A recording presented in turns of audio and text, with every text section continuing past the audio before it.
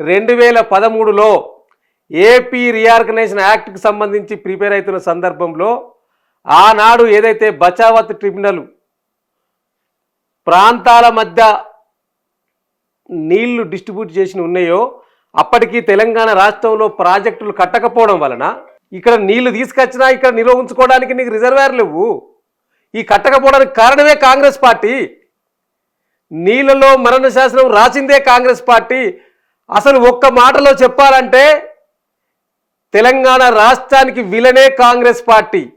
1956లో తెలంగాణ ప్రత్యేక రాష్ట్రంగా ఉండే హైదరాబాద్ రాష్ట్రంగా ఈ హైదరాబాద్ రాష్ట్రాన్ని ఆంధ్రలతో కలిపింది కాంగ్రెస్ పార్టీ.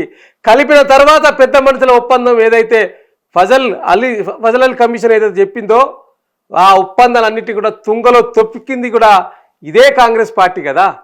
ఆనాటి నుంచి వెళ్ళి నేటి వరకు కూడా పార్టీ అదే, వ్యక్తులు వేరు కావచ్చు. ఆనాడు ఒక నాయకుడు అయితే ఈనాడు నువ్వు కావచ్చు.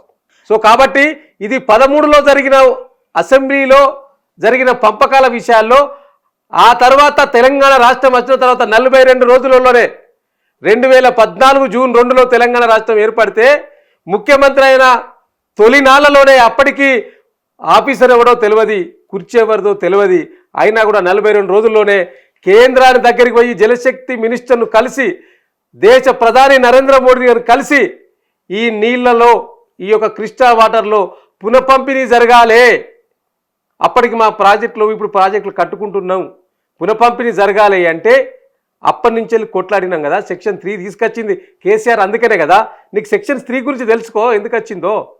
సో ఇవన్నీ ఏది పూర్వపరాలు తెలుసుకోకుండా ఒక కాగితాన్ని పట్టుకొని 299కి ఒప్పుకున్నా ఉంటాను.